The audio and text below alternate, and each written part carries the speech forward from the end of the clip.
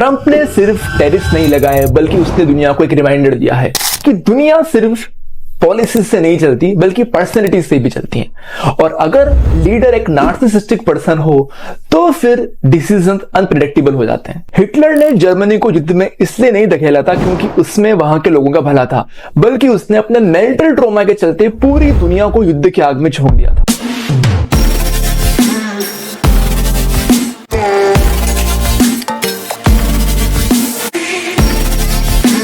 Trump सिर्फ एक president के नाम डिसीजन नहीं ले रहा बल्कि वो एक ऐसा पर्सन है जिसका ईगो ही उसकी पॉलिसी बन चुका है, और ये मेंटल डिसऑर्डर का एक ग्लोबल वर्जन है।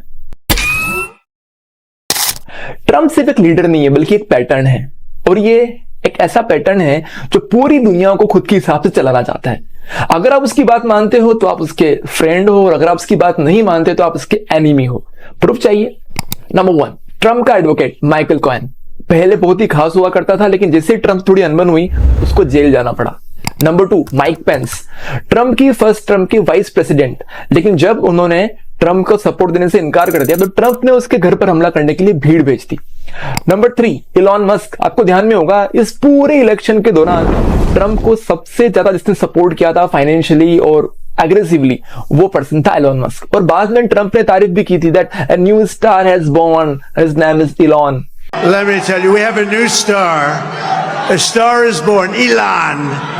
लेकिन उसके बावजूद भी जब थोड़ी सी भी तनातनी हुई तो ट्रंप ने इलॉन मस्क को साइडलाइन कर दिया, और यहां तक कि बड़े कड़े शब्दों का इस्तेमाल करते हुए इलॉन मस्क को धमकाया भी सही। और सबसे लास्ट, मेलानिया ट्रंप, उसकी खुद की वाइफ।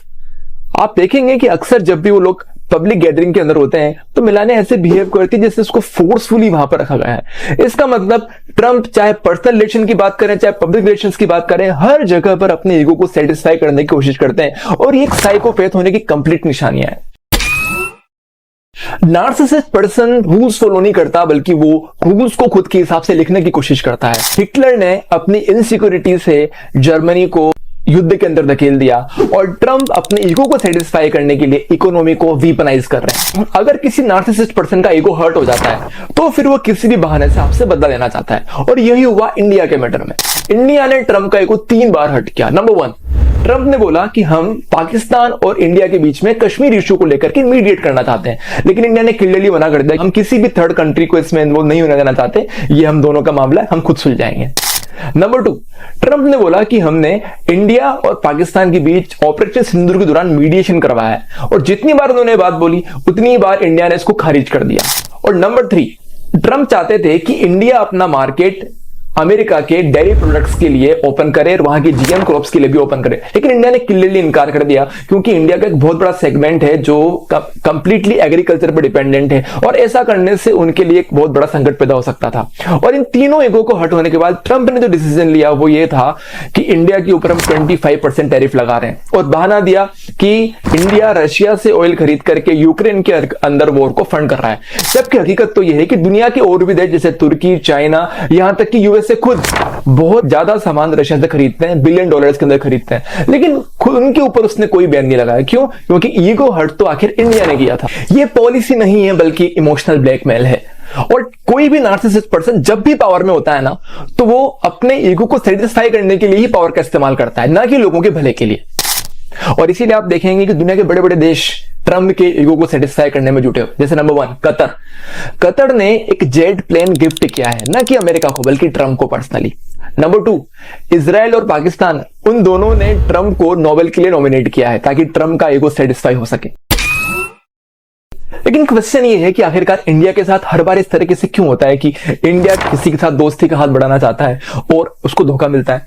उसके पीछे रीजन ये है कि हमारे लीडर्स आज भी बिल्कुल आइडियलिस्टिक टाइप की पॉलिटिक्स करते हैं। उनको लगता है कि वो किसी के साथ कोई अच्छा करना चाहेंगे, बदले में वो भी वैसा ही करेगा, और इसीलिए कभी हम चीन, कभी यूएस, कभी पाकिस्तान सबसे धोखा खाते रहते हैं। इंडिया ने हाथ बढ़ाया यूएस के लिए क्योंकि इंडिया ने सोचा this should be a win win situation, लेकिन ट्रंप ने बोला नो, विन अलोन, हम खुद ही जीतना चाहते हैं खाली। इंडिया ने बोला लेट्स बिल्ड ट्रस्ट, यूएस ने बोला नो, लेट्स एक्सट्रैक्ट वैल्यू। और जब इंडिया ने दोस्ती का हाथ बढ़ाया तो ट्रंप ने उस हाथ को ही पकड़ करके खींच लिया। और ऐसा सिर्फ यूएस के केस में नहीं है, हम जब भी किसी भी सुपर पावर के साथ रिलेशन बनाने की कोशिश करेंगे तो वो ऐसा ही करेगा, क्योंकि हर सुपर पावर ये चाहती है कि वो वर्ल्ड के अंदर डोमिनेंस क्रिएट करे और हम उसको कंप्लीटली फॉलो करें। बात सिर्फ किसी कंट्री की नहीं है, आप चाहे किसी पर्सन की बात करें, चाहे प्रेसिडेंट की बात करें, लेकिन अगर कोई भी पर्सन नार्सिसिस्टिक है, कोई भी पर्सन एक टॉक्सिक टाइप का पर्सन है, तो वो ऐसे ही डील करेगा। जब आप उनको लॉजिक दोगे वो अग्रेसिव हो जाएंगे, जब आप उनको अपने इमोशन शो करोगे वो आपको एक्सप्लोइट करने की कोशिश करेंगे। और इनसे निपटने का एक 3 वेज मेथड है। Number 1, set boundaries. Number 2, calmness. Number 3, keep non negotiable values. India ने अपनी बाउंड्रीज क्लियरली सेट की हुई है और वो ये है कि हम अपना मार्केट फॉरेन के एग्रीकल्चर प्रोडक्ट्स के लिए ओपन नहीं करेंगे। और जब ट्रंप ने हमारे देश के अगेंस्ट में भड़काऊ बयान दिए, हमें प्रोवोक करने की कोशिश की, तो हमारे किसी भी टॉप लीडर ने ट्रंप के अगेंस्ट वही भाषा का यूज नहीं किया, बल्कि बिल्कुल शांति से, संयम से उसका जवाब दिया है। यहां तक की कोशिश की है कि ट्रंप को डायरेक्टली जवाब नहीं दिया जाए। ये एक पूरी डिप्लोमेसिक तरीका है ताकि हम डायरेक्ट कन्फ्रंटेशन से बच सकें। जब तुम शांत होते हो ना, तो ये जो नार्सिसिस्टिक टाइप के पर्सन होते हैं वो बड़े गुस्सा हो जाते हैं। क्यों? क्योंकि वो चाहते हैं कि ड्रामा हो, और ड्रामा तब होता है जब आप उनको लगातार उन्हीं की भाषा में जवाब देंगे, उनको प्रोवोक करेंगे, उनको इसमें मजा आता है, उनको इससे एनर्जी मिलती है। क्योंकि आखिरकार किसी भी साइकोपैथ इंसान की सबसे बड़ी खासियत ये होती है कि वो ऐसे ड्रामास को एंजॉय करता है, इसलिए उसको ऐसा स्टफ दो ही मत। ये सिर्फ फॉरेन पॉलिसी नहीं है, बल्कि जिंदगी का फ्रेमवर्क है। वॉर सिर्फ हथियारों से नहीं लड़े जाते, बल्कि ईगो और आइडेंटिटी से भी लड़े जाते हैं। और इसमें जीतेगा वही जो अपने को इमोशनली रेगुलेटेड रहेगा। पावर सिर्फ नॉइस में नहीं होती है, बल्कि पावर साइलेंस में भी होती है, पावर कंट्रोल के अंदर भी होती है, और असली पावर होती है जब अपने डिसीजंस को कॉन्शियसली ले सकें। क्योंकि जो सबसे ज्यादा प्रोवोक करता है वही सबसे ज्यादा अनस्टेबल होता है, और अंत में उसको हारना ही पड़ता है। ट्रंप को उनका ईगो गेम खेलने दो, लेकिन इंडिया वही करेगा जो हमारे देश के लिए महत्वपूर्ण हो। अगर आपको लगता है कि दुनिया सिर्फ फॉरेन पॉलिसी से नहीं बल्कि साइकोलॉजी से चलती है, तो ये वीडियो एक माइंडसेट शिफ्ट आपके लिए हो सकता है।